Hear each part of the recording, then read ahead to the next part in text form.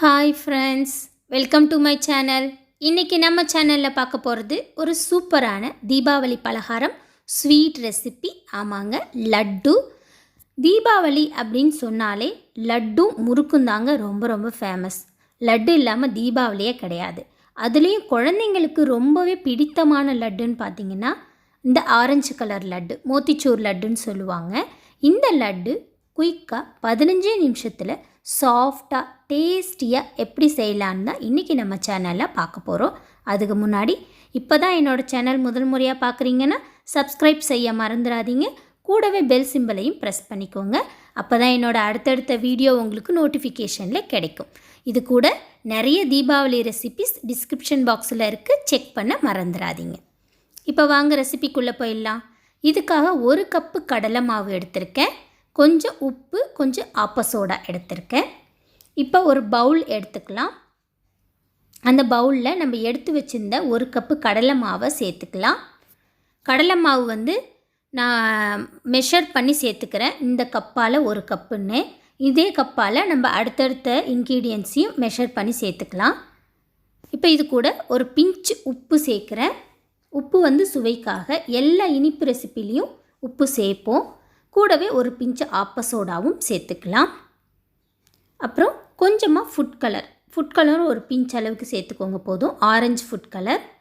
இப்போ இது கூட 1 கப்பு தண்ணி சேர்க்குறேன். நம்ம எவ்வளோ மாவு எடுத்தோமோ அதே அளவுக்கு அதே கப்பால் 1 கப்பு தண்ணியும் சேர்த்துக்கோங்க. இது வந்து கரெக்டான அளவு பதத்தில் இருக்கும், உங்களுக்கு மிஸ்டேக் வராது. கன்சிஸ்டன்சி திக்காக இருக்கா தண்ணியாக இருக்கா அப்படிங்கிற பயம் இருக்காது. கரெக்டான அளவில் இருக்கும். 1 கப்பு மாவுக்கு 1 கப்பு தண்ணி. இப்போ இதில் கட்டித்தன்மை இல்லாமல் மாவை நல்லா கரைச்சி விட்டு எடுத்துக்கோங்க. நம்ம கரண்டியால் கரைக்க வசதிப்படலை அப்படின்னா ஹேண்ட் பீட்டர் வச்சும் பீட் பண்ணி எடுத்துக்கலாம். இந்த மாதிரி ஸ்மூத்தாக கரைச்சிக்கோங்க. இப்போ இது ஒரு பக்கம் இருக்கட்டும். அடுத்ததாக கடாய் வச்சுக்கிறேன். கடாயில் எண்ணெய் ஊற்றி எண்ணெயை சூடு பண்ணிக்கிறேன். இப்போ எண்ணெய் வந்து நல்லா சூடாகிடுச்சு. அடுத்ததாக இந்த மாதிரி ஒரு ஜல்லிக்கரண்டி எடுத்துக்கிறேன். அதை இந்த மாதிரி எண்ணெய்க்கு மேலே வச்சுட்டு கரண்டியில் மாவு மொண்டு இது மேலே ஊற்றுங்க. ஊற்றிட்டு லைட்டாக தேய்ச்சி விடுங்க. அப்போ வந்து பபுள்ஸாக நம்மளுக்கு பூந்தி வந்து எண்ணெயில் விழும். இங்கே பாருங்கள், இந்த மாதிரி பொறுமையாக வச்சு தீச்சுங்க. கொஞ்சம் கரண்டியை வந்து எட்டை தள்ளி பிடிச்சிக்கோங்க. சூடு பொறுக்கிற அளவுக்கு ஹைட்டில் வச்சுட்டு பொறுமையாக தீத்தி விடுங்க. தீத்தி விட்டு இதை 2 பக்கமும் நல்லா கிளறி விடுங்க. கிளறி விட்டு குக் பண்ணி விடலாம். இது ஒரு 2 நிமிஷம் குக் ஆனால் போதும். பூந்தி வந்து ரொம்ப வேக வைக்கணும்னு அவசியம் இல்லை. ஏன்னா லட்டுக்கு வந்து ஹாஃப் குக் ஆனால் போதும் பூந்தி. இந்த மாதிரி குக் ஆனதும் இதை நம்ம ஒரு பிளேட்டுக்கு மாற்றி வச்சுக்கலாம். இதே மாதிரி நம்ம கரைச்சி வச்சுருந்த மாவு எல்லாத்தையும் பொறுமையாக எண்ணெயில் தீத்தி விட்டு பூந்தியாக நம்ம பொரித்து எடுத்துக்கலாம். இந்த பொரித்து எடுக்கிறதுக்கு டைமே ஆகாதுங்க. ரொம்ப குயிக்காக ஈஸியாக முடிஞ்சிடும். 2 நிமிஷம்தான். குயிக்காக ஃபாஸ்ட்டாக அதை தீத்தி விடவும் கிளறி விட்டு 2 நிமிஷம் குக் பண்ணிவிட்டு அள்ளி வச்சிடலாம். பூந்தி செய்யறதுக்கு ரொம்ப ரொம்ப ஈஸி, ஃபாஸ்ட்டாக முடிஞ்சிடும் லட்டுக்கு பூந்தி செய்கிறது. இதே மாதிரி நம்ம ஃப்ரை பண்ண பூந்தியை எல்லாத்தையும் ஒரு பிளேட்டுக்கு மாற்றி வச்சுக்கலாம். பூந்தியை ஹை ஃப்ளேமில் வச்சு குக் பண்ணாதீங்க, மீடியம் ஃப்ளேமில் வச்சுக்கோங்க. ஃபுல்லாக குக் பண்ணாதீங்க, ஹாஃப் குக் மட்டும் போதும். அப்போ தான் சாஃப்டாக வரும் லட்டு. இப்போ நம்ம பூந்தியெல்லாம் ரெடி ஆகிடுச்சு. இப்போ இந்த பூந்தியை நம்ம வந்து அரைச்சி எடுத்துக்கலாம். ஏன் அப்படின்னு கேட்டிங்கன்னா, மோத்திச்சூர் லட்டுக்கு வந்து பூந்தியோட சைஸ் வந்து ரொம்ப ஸ்மாலாக இருக்கும், குட்டியாக இருக்கும். அதுக்கு என்ன பண்ணுவோன்னா ரொம்ப தண்ணியாக கரைக்கணும் பேட்ரு. இன்னும் தண்ணியாக கரைச்சிங்கன்னு வச்சுக்கோங்களேன், பேட்ரு எண்ணெயில் ஃப்ரை பண்ணக்குள்ளே அவ்வளோ ஆயிலியாக இருக்கும் பூந்தி. ஸோ அப்போ வந்து லட்டும் சாப்பிட்றப்ப எண்ணெய் ஃப்ளேவராக இருக்கும். அல்லது நெய்யில் ஃப்ரை பண்ணி எடுத்தாலுமே நெய் ரொம்ப ஹெவியாக ஃபீல் ஆகும். அதுக்காக என்ன பண்ணுறேன்னா, கொஞ்சம் திக்கான பேட்டரில் நம்ம கரைச்சி எடுத்து பூந்தியை இது பண்ணிவிட்டு இந்த மாதிரி ஃபைன் பவுடராக அரைச்சி எடுத்துக்கிறேன். கொரப்பான ஸ்டேஜில் இந்த மாதிரி பூந்தியை எல்லாத்தையும் அரைச்சி ஒரு இதுக்கு மாற்றி வச்சுக்கிறேன். இப்போ 1 கப்பு சர்க்கரை எடுத்திருக்கேன். எந்த கப்பால் நம்ம மாவு மெஷர் பண்ணோமோ அதே கப்பால் 1 கப்பு சர்க்கரை எடுத்திருக்கேன். அது கரெக்டான ஸ்வீட்டாக இருக்கும் உங்களுக்கு. இப்போ இதுக்கு சேர்க்கறதுக்காக நட்ஸும் கொஞ்சம் நெய்யும் ஏலக்காய் தூளும் எடுத்து வச்சுருக்கேன். இப்போ ஒரு கடாய் வச்சுக்கிறேன். கடாயில் 1 கப்பு சர்க்கரையை சேர்க்குறேன். கூடவே 1 கப்பு தண்ணி சேர்க்குறேன். எந்த கப்பால் சர்க்கரை சேர்த்திங்களோ அதே கப்பாலே 1 கப்பு மெஷர் பண்ணி தண்ணியும் சேர்த்துக்கோங்க. சேர்த்துட்டு இதை நல்லா கிளறி விடுங்க. கிளறி விட்டு சர்க்கரையை கரைய விடுங்க. கரண்டி வச்சு கிண்டிக்கிட்டே இருங்க. ஏன்னா சர்க்கரை வந்து அடியில் அப்படியே கிறிஸ்டல் மாதிரி ஃபார்ம் ஆகிடும், கட்டித்தன்மை கொடுத்துரும், நல்லா கரைஞ்சி வராது. அப்படி இல்லைன்னா சுகர் வந்து கேரமலைஸ் ஆக ஆரம்பிச்சிடும். அதனால் நல்லா கிளறி கொடுத்துக்கிட்டே இருங்க இந்த மாதிரி. இப்போ இது கூட கொஞ்சமாக ஃபுட் கலர் சேர்த்துக்கிறேன். நான் ஏற்கனவே பூந்தி ஃப்ரை பண்ணுறப்பையும் கொஞ்சமாக சேர்த்துருக்கேன் ஆரஞ்சு ஃபுட் கலரை. அதில் கொஞ்சம் ப்ளஸ் சுகர் சிரப்பில் கொஞ்சம், ரெண்டுத்துலேயும் கொஞ்சம் கொஞ்சம் சேர்த்திங்கன்னா நமக்கு பூந்தியோட லட்டோட கலர் வந்துட்டு பர்ஃபெக்டான கலரில் கிடைக்கும். அதனால் அதுலேயும் கொஞ்சம் இதுலேயும் கொஞ்சம் சேர்க்குறேன். சேர்த்துட்டு இதை நல்லா கலக்கி விட்டுட்டு கொதிக்க விடுங்க. ஒரு 10லேருந்து 15 நிமிஷம் கொதிக்கணும்.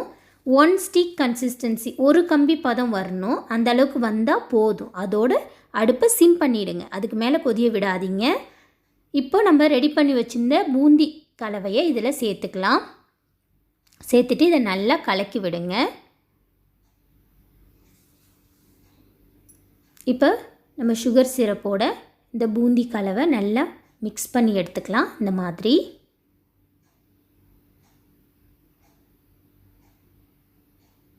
இப்போ இது நல்லா மிக்ஸ் ஆகிட்டோம். இதை நான் ஒரு பக்கமாக வச்சிடுறேன்.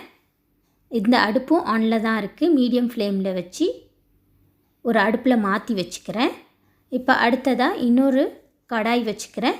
கடாயில் 2 டீஸ்பூன் அளவுக்கு நெய் சேர்க்குறேன். இது வந்து நட்ஸை ஃப்ரை பண்ணி எடுக்கிறதுக்காக சேர்க்குறேன். நெய் வந்து உருகட்டும். இதில் நான் வந்து முந்திரி பருப்பும் கொஞ்சம் உலர் திராட்சையும் பம்கின் சீட்ஸும் எடுத்திருக்கேன். இதை எல்லாத்தையும் ஃப்ரை பண்ணிக்கிறேன். நீங்கள் தேவைப்பட்டால் விருப்பப்பட்டிங்கன்னா பாதாம் பிஸ்தா கூட நீங்கள் சேர்த்துக்கலாம். பொடி பொடியாக கட் பண்ணிவிட்டு சேர்த்துக்கோங்க. இது எண்ணெயில் ஃப்ரை ஆகட்டும்.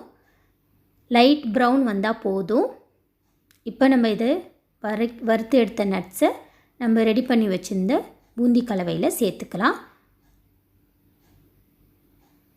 சேர்த்துட்டு நெய், பூந்தி, நம்ம ஃப்ரை பண்ண நட்ஸ் எல்லாம் நல்லா மிக்ஸ் ஆகிற அளவுக்கு ஈவனாக மிக்ஸ் பண்ணி விடுங்க. அடுப்பு லோ ஃப்ளேமில் இருக்கட்டும். நம்ம சுகர் சிரப் வந்து ரெடியான உடனேவே அடுப்பை லோ ஃப்ளேம் பண்ணிவிடுங்க. அதுக்கப்புறம் ஹை ஃப்ளேமில் வைக்காதீங்க, இல்லாட்டி பூந்தி வந்து ரொம்ப ட்ரை ஆகிடும்.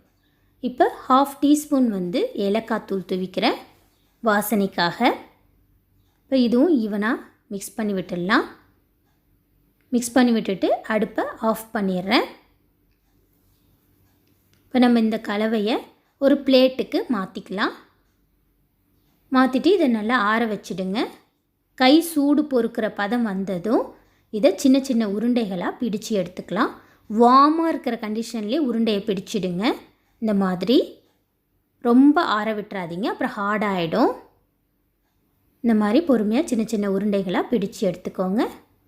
சூப்பரான மோத்திச்சூர் லட்டு ரெடி ஆகிடுச்சு. இதே மாதிரி நீங்களும் உங்கள் வீட்டில் ட்ரை பண்ணி பார்த்துட்டு எப்படி இருந்துச்சுன்னு சொல்லி மறக்காமல் கமெண்ட் பாக்ஸில் கமெண்ட் பண்ணுங்கள்.